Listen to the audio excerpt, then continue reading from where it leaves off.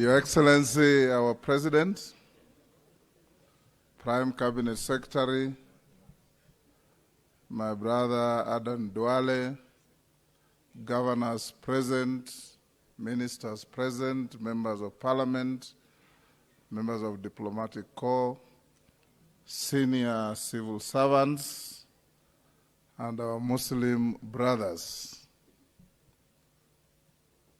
This is my second Iftar this season. I think I'm very blessed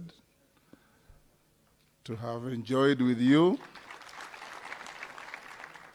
And I have many of you as my friends. So a bit of Islam has rubbed on me through osmosis. I work with many Muslim brothers and sisters in this country. And I admire your way of life. Because from the time you wake up to the time you go to rest in the evening, you are governed by the Holy Book. And I've taken time to read the Quran. I have an English translation Quran. And the more I read the Quran, the more I see the Old Testament of the Bible. They are almost identical in many respects.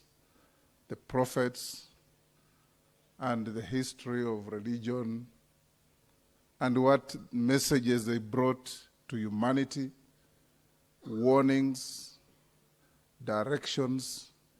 So if we live by the holy books, we'll have very few problems among us. Because most of the people who do those negative things, the strong negative influences coming into our country, they're all against the holy books. And we should resist them. We should live by the word of God. God made man, God made a woman, and that's what he intended it to be. And we must live that way. Fellow Muslims, today in our country, we have so many fairy tales. People wake up and say things that are bizarre. You know, they remind me what Shakespeare said, that if you had kept your mouth shut, one would have thought you are clever. But the more you speak, the more you expose yourself to everybody, and the more ridiculous you look. The president has said many times that Wakenya vile tunaishi, wajinga waliisha. Every Kenyan knows something about something. So I want to urge fellow leaders that this country needs peace. This country needs development. And there will be no angels that will descend upon this country to give us peace. It is us, ourselves. Each one of us must play a role. Mwalimu Nyerere always said, everything is possible, it can be done, it shall be done, provided you do your part. Because each one of us has a role. So as we come to the end of Ramadan, I want to urge Kenyans that the humility, the tranquility, the manner in which we have been each other's keeper through Ramadan should continue regardless of the season of our religious festivals. As Christians, we have also come through Easter. We had our own Lent, which is similar to Ramadan, but not as strict. We keep fasting for just about a week, largely on Fridays, but it is the same religion. Your Excellency, as I finish, I want to encourage Kenyans to impress God. In Parliament, Your Excellency, I have established a prayer room for Christians and a prayer room for Muslims.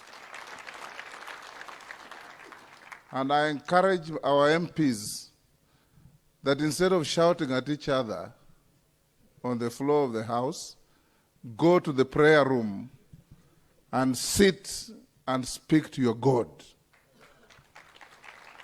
And your God will descend on you to tell you that raising your voice does not amount to winning the argument. You can speak very softly and deliver a very powerful message. So fellow Kenyans, hawa ndugu zetu ambao wanaleta taharuki. Unajua nilisikia Mvuri akitaja kitabu cha kusadikika. Katika kusadikika, Shaban Robert anasema katika nchi ya kusadikika, maneno kama chuki, maneno ya kutukanana, maneno ya kuleta taharuki, tunaendelea kuyatoa katika msamiati wetu, ili tuwe na nchi ya ufasaha, ya raha, ya amani, ya upendo, na nchi ambayo yoyote anayekuja kusadikika atajua ndiyo nchi kila mtu anataka. And Mvuri, it's not true that kusadikika is what you said. Kwa sababu katika kusadikika kulikuwa na wajumbe kutoka kaskazini, kutoka kusi, kutoka mashariki, kutoka magharibi, na wakaketi na msome anaitwa Burhan. Na wakaongea maneno, walipomaliza nchi ya kusadikika became the modern day utopia. Na hapa Kenya pia tukija hivyo, Muislamu atokee huku, Mkristo atokee huku, hata Yesu wa Tongareni atokee huku. Tunajua yeye ni Yesu bandia, lakini yeye pia kuja changie. Tujenge nchi yetu. Thank you very much, Your Excellency. Pray for our president to continuously carry the weight of the pleasures and the problems of our country, because the buck ends on his table. But he will not carry that weight alone without your prayers, without your support, and without your goodwill. Honorable Musalia, I now welcome you. Thank you.